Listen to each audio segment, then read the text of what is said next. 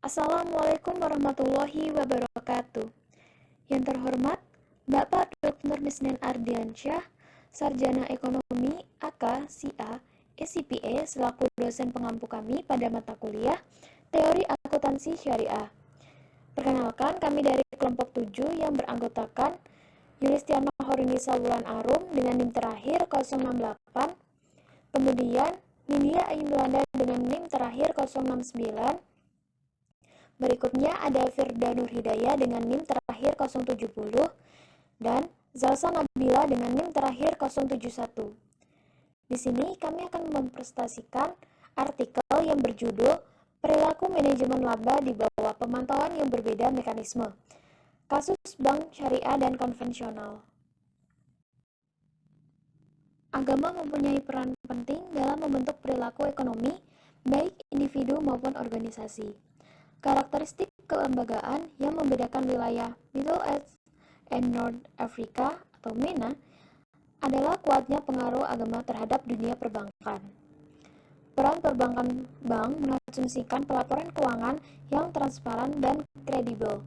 Bank Islam didasarkan pada 3 model keuangan yang melarang riba, gharar atau ketidakpastian yang berlebihan, dan maisir atau spekulasi, serta mendorong pembagian keuntungan, kerugian, dan resiko. Penelitian ini menguji dampak religiusitas organisasi pada kualitas pelaporan keuangan oleh bank-bank di kawasan MENA. Menggunakan akuntansi konvertasme dan manajemen laba atau manipulasi sebagai ukuran akuntansi kualitas. Peneliti menyoroti implikasi penting bagi investor dan auditor di industri perbankan global. Berikutnya yaitu terkait latar belakang dan pengembangan hipotesis. Bank syariah secara substansial berbeda dari bank konvensional dalam hal model keuangan, mode investasi, dan kontrak. Perbedaan itulah secara signifikan mempengaruhi struktur tata kelola perusahaan mereka, konflik keagenan, dan akuntabilitas keseluruhan. Operasi perbankan menghasilkan banyak biaya agensi dan melemahkan efektivitas beberapa mekanisme tata kelola untuk memitigasinya. Konflik deposit manager menyeratkan biaya agensi tambahan di bank syariah dan menyoroti kebutuhan yang lebih besar untuk secara ketat mengontrol bias dalam pelaporan keuangan yang berfungsi sebagai salah satu sumber informasi utama untuk IHH. Diharapkan pengelola bank syariah sebagai aktor dalam organisasi berorientasi agama untuk memprioritaskan pilihan etis dalam mengukur dan pelaporan transaksi keuangan. Dengan kata lain, kendala akuntabilitas moral yang lebih besar pada pelaku bank syariah diharapkan secara kondisional mengarah pada penurunan biaya agensi. Selain itu, semua bank syariah menunjuk DPS untuk beroperasi sebagai tambahan mekanisme pemerintahan. Tujuan utama DPS adalah untuk memastikan bahwa bank syariah beroperasi sesuai dengan etos syariah. Konservatisme merupakan konsep penilaian penting dalam akuntansi karena membutuhkan seorang untuk melanjutkan dengan hati-hati apabila pengukuran angka keuangan tidak pasti. Konservatisme akuntansi dapat menjadi sangat penting bagi bank karena kompleksitas sektor, asimetri, informasi yang intens, opacity, dan kontrak kekuasaan. Regulator lebih memilih konservatif pelaporan keuangan oleh perusahaan untuk menghindari komplikasi atau likuidasi apabila mereka menjadi bangkrut. Dalam penilaian tersebut, pengembangan hipotesis yaitu hipotesis pertama, yaitu bank syariah lebih konservatif dibandingkan dengan bank konvensional dalam keuangan praktik pelaporan. Kemudian, hipotesis kedua yaitu bank syariah berhubungan dengan manajemen laba yang lebih rendah dibandingkan dengan bank konvensional. Selanjutnya, data dan metodologi. Prosedur pemilihan data. Berdasarkan kumpulan data yang berbeda yaitu data stream, Zawad, Thomson Reuters, dan Bloomberg, kami menemukan 158 bank yang terdaftar di wilayah MENA. Bank-bank ini disaring lebih lanjut dengan mempertimbangkan a. Ketersediaan data tata kelola perusahaan, yaitu Dewan Direksi dan struktur kepemilikan untuk seluruh periode yang diselidiki, mulai tahun 2008 sampai tahun 2013. Dan B. Ketersediaan setidaknya 4 bank di setiap negara yang disertakan untuk analisis. Mengukur konservatisme akuntansi. Untuk pertama, kami kualitas akuntansi mengacu pada konservatisme akuntansi diwakili oleh pengakuan tepat waktu LLPS relatif terhadap pinjaman non-performing. Nicholas DKK tahun 2009 berpendapat bahwa akuntansi kerugian pinjaman bank mencerminkan perilaku manajemen risiko kredit dan dapat menciptakan asimetri informasi yang substansial antara manajemen dan pemegang saham. Dalam kerangka ini, LLP adalah pengeluaran yang mencerminkan penilaian manajer atas kerugian pinjaman di masa depan. Mengukur manajemen laba.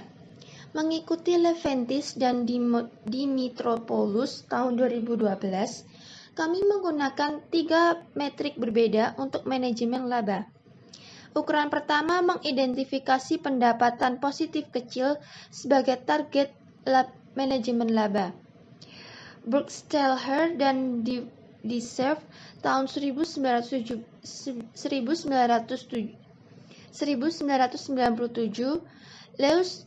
Lewis DKK tahun 2003, dan Bart et al. Tahun 2008 menggunakan frekuensi laba bersih positif kecil sebagai indikator pengelolaan laba. Harapan yang mendasarinya adalah bahwa manajer bertujuan untuk melaporkan laba bersih positif yang kecil daripada laba bersih negatif karena berbagai alasan, seperti manipulasi pasar saham, penghindaran perjanjian utang, dan bahkan pencapaian target pendapatan untuk menerima bonus, menurut Leventis et al. Tahun 2013. Berdasarkan 2 hipotesis, kami berharap bahwa bank syariah melaporkan laba bersih positif kecil lebih jarang daripada bank konvensional. Variabel tata kelola dan kepemilikan. Independensi dewan diukur sebagai rasio anggota independen terhadap total anggota dewan. Sejumlah besar penelitian menunjukkan korelasi negatif yang kuat antara independensi dewan dan manajemen laba. Marnet tahun 2008, Klein tahun 2002, Parsons tahun 2006, Iqbal dan Strong tahun 2010, Dimitropoulos dan Astreu tahun 2010, dan Biggs et al. Tahun 2004, berpendapat bahwa Dewan Independen berkontribusi terhadap integritas dan kualitas laporan keuangan. Akibatnya, kami mengharapkan koefisien negatif pada variabel tersebut dalam model manajemen laba dan koefisien positif dalam model konservatisme. Data dan metodologi. Control variables. Variabel kontrol pertama kami adalah ukuran bank atau size, diukur sebagai logaritma natural dari total aset. Karena analisis cenderung mengikuti bank yang lebih besar, bank-bank ini cenderung tidak terlibat dalam manajemen yang laba yang agresif. Dengan demikian, kami mengharapkan koefisien negatif pada variabel size untuk model manajemen laba. Variabel kontrol yang kedua adalah leverage atau LEV, yang diukur sebagai rasio total utang terhadap ekuitas biasa. Bank yang lebih beresiko dapat meningkatkan pendapatan akuntansi karena alasan yang berkaitan dengan persyaratan kecukupan modal dan pengawasan peraturan. Jadi kami mengharapkan koefisien positif pada LEV ini. Yang selanjutnya yaitu hasil empiris. Hasil empiris yang pertama yaitu statistik deskriptif dan korelasi. Menyajikan statistik deskriptif variabel sampel secara lengkap. Bank syariah ditemukan memiliki nilai rata-rata lebih rendah dari semua pendapatan langkah manajemen relatif terhadap bank konvensional. Bank syariah melaporkan kecil pendapatan positif antara 0,00 dan 0,01, lebih jarang, dan mereka memiliki lebih sedikit akrual diskresioner serta LLP diskresioner yang lebih rendah dibandingkan dengan diskresi keuntungan dan kerugian keamanan. Hasil ini merupakan indikasi pertama bahwa bank syariah menyajikan kualitas akuntansi yang relatif lebih tinggi, mengkonfirmasi hasil yang dilaporkan. Bank syariah yang dimiliki pemerintah dan asing relatif lebih rendah kepemilikannya daripada bank konvensional, serta bank syariah memisahkan peran CEO dan juga ketua dewan. Hasil empiris yang kedua yaitu hasil pada konservatisme dan manajemen laba. Hasil ini dapat diinterpretasikan sebagai peningkatan satu kesatuan pinjaman bermasalah di masa depan yang mengarah ke peningkatan sekitar 3% untuk LLP saat ini. Hasil itu menunjukkan bahwa bank syariah mengikuti kebijakan akuntansi yang lebih konservatif untuk mengenali LLP. Hal ini dijelaskan oleh bank syariah yang mendasarkan bahwa kerugian pinjaman membuat keputusan tentang perubahan aktual dalam pinjaman bermasalah dan ekspektasi manajer tentang kredit bermasalah di tahun berikutnya. Kemudian hasil empiris yang ketiga yaitu analisis sensitivitas. Peneliti melakukan 10 tes sensitivitas untuk menilai validitas temuan. Pengujian yang pertama yaitu memeriksa setiap efek potensial yang mungkin dimiliki variabel kontrol, size, CAP, CFO, GRW, LF, and AUDQ pada ukuran konservatisme dengan memasukkan istilah interaksi antara setiap variabel kontrol dan ukuran konservatisme. Kemudian yang kedua yaitu mengendalikan kemungkinan bias yang timbul dari tanda selisih kredit bermasalah, melakukan estimasi ulang model sehingga koefisien perubahan kredit bermasalah menjadi bervariasi. Temuan yang tidak ditabulasi memberikan hasil yang serupa secara kualitatif. Peneliti yang ketiga yaitu mengikuti Clinch and Magliolo tahun 1993 yang berpendapat bahwa LLP dan RSGL diskresioner tidak boleh digabungkan menjadi satu variabel manajemen laba. Peneliti memperkirakan ulang model untuk menyertakan LLP diskresioner dan keuntungan keamanan yang direalisasikan dan kerugian secara terpisah sebagai ukuran manajemen laba. Hasilnya tetap tidak berubah secara kualitatif. Pengujian yang keempat yaitu menangkap setiap bias dalam estimasi akrual diskresioner. Peneliti menghilangkan 1% atas dan bawah dari nilai absolut akrual diskresioner dan mengestimasi ulang, seperti dalam Leventis dan Dimitropoulos tahun 2012. Hal ini tidak berdampak signifikan pada temuan utama. Pengujian yang kelima yaitu peneliti menghapus beberapa batasan dalam prosedur pemilihan sampel dan memasukkan negara yang memiliki kurang dari 4 bank dalam database yang mereka gunakan. Hasilnya relatif tidak berubah, namun demikian kekuatan penjelasan model berkurang secara signifikan, mungkin karena variabilitas sampel yang lebih tinggi. Kemudian pengujian yang keenam yaitu peneliti memasukkan variabel terkait negara tambahan di semua model seperti pertumbuhan PDB, kualitas peraturan hukum, efisiensi pemerintah, dan rasio konsentrasi bank untuk mengontrol faktor tambahan. Hasilnya pun tidak terpengaruh. Pengujian yang ketujuh yaitu semua model diestimasi ulang setelah peneliti mengubah definisi beberapa variabel kontrol. Size diestimasi ulang sebagai logaritma dari nilai dasar ekuitas dan LEV dan GRW diukur kembali sebagai utang jangka panjang terhadap total aset dan persentase perubahan pendapatan bunga tahunan, dan hasilnya pun tidak terpengaruh. Pengujian yang ke-8 yaitu peneliti mengendalikan dampak gejolak politik tahun 2011 di Timur Tengah dan menguji apakah hal tersebut mempengaruhi kualitas akuntansi bank syariah dan bank konvensional. Hasil penelitian menunjukkan bahwa konservatisme bank syariah meningkat selama periode pasca gejolak, tetapi tidak ada perubahan yang terjadi pada bank konvensional. Yang ke-9, peneliti memperkirakan ulang tentang model yang kedua dengan membagi sampel menjadi negara-negara yang termasuk ke dalam kelompok GCC, yang paling makmur di kawasan MENA. Dan negara-negara gejolak politik tahun 2011 dan 2013, yaitu Mesir, Suriah, dan Tunisia. Temuan menunjukkan bahwa hanya bank syariah di negara-negara yang mengalami gejolak politik yang melakukan perataan laba lebih sedikit daripada bank konvensional. Sebuah temuan yang menguatkan hasil pada tabel sebelumnya. Pengujian yang terakhir atau yang ke-10 yaitu peneliti mengontrol dampak penerapan model kerugian pinjaman yang terjadi yang dipekerjakan oleh bank-bank Islam di Yordania, Bahrain, dan Qatar sebagai lawan dari model kerugian pinjaman yang diharapkan. Saat ini diusulkan oleh Standar Pelaporan Keuangan Internasional atau IFRS. Hasil ini mengkonfirmasi temuan awal kami peneliti tentang peningkatan kualitas pendapatan bank syariah. Kesimpulan, makalah ini mengkaji dampak norma agama terhadap kualitas pelaporan keuangan bank-bank yang terdaftar di MENA selama 2008 hingga 2013. Peneliti menggunakan teori agensi dan normal sosial. Temuan utama peneliti menunjukkan bahwa bank syariah lebih konservatif karena mereka mengenali lebih banyak LLP dibandingkan dengan pinjaman bermasalah dan biaya pinjaman. Selain itu, bank syariah cenderung tidak mengelola pendapatan daripada bank konvensional karena mereka cenderung melaporkan pendapatan positif kecil yang mendekati 0 dan mereka melaporkan lebih sedikit kasus akrual diskresioner. Selain itu, mereka lebih sering melibatkan firma audit 4 besar.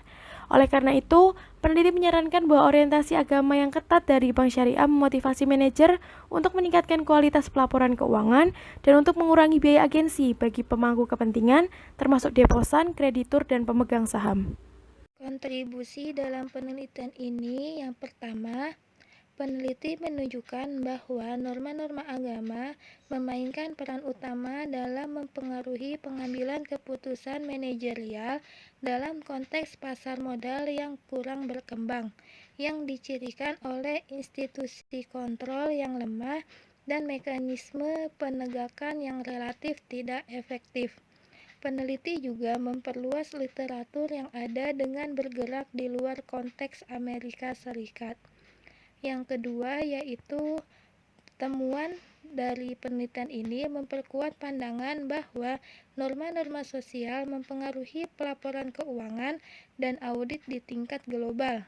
Akhirnya, peneliti membawa ke depan konteks di mana nilai-nilai Islam mendominasi, menerangi peran global norma-norma agama dalam akuntabilitas, transparansi, dan etika bisnis. Yang selanjutnya yaitu implikasi penelitian. Implikasi dari penelitian ini penting bagi pelaku pasar dan regulator, investor, dan analis harus mempertimbangkan analisis mereka tentang peran penting ketaatan beragama yang kuat dalam meningkatkan kualitas pelaporan keuangan dan mengurangi biaya agensi. Selain itu, auditor dan regulator harus melihat kepatuhan agama dan kendala akuntabilitas moral sebagai mekanisme pelengkap untuk audit undang-undang. Karena itu mereka dapat menyesuaikan upaya mereka.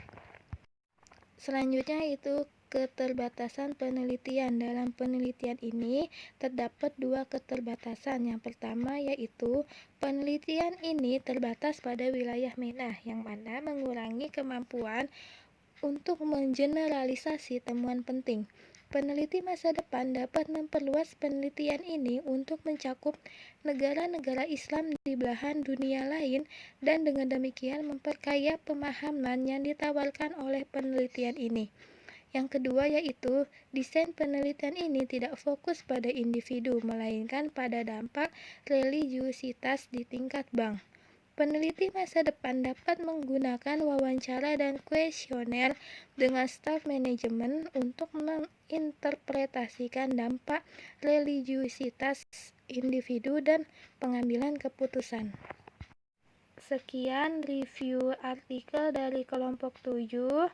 Kurang dan lebihnya kami mohon maaf. Wassalamualaikum warahmatullahi wabarakatuh.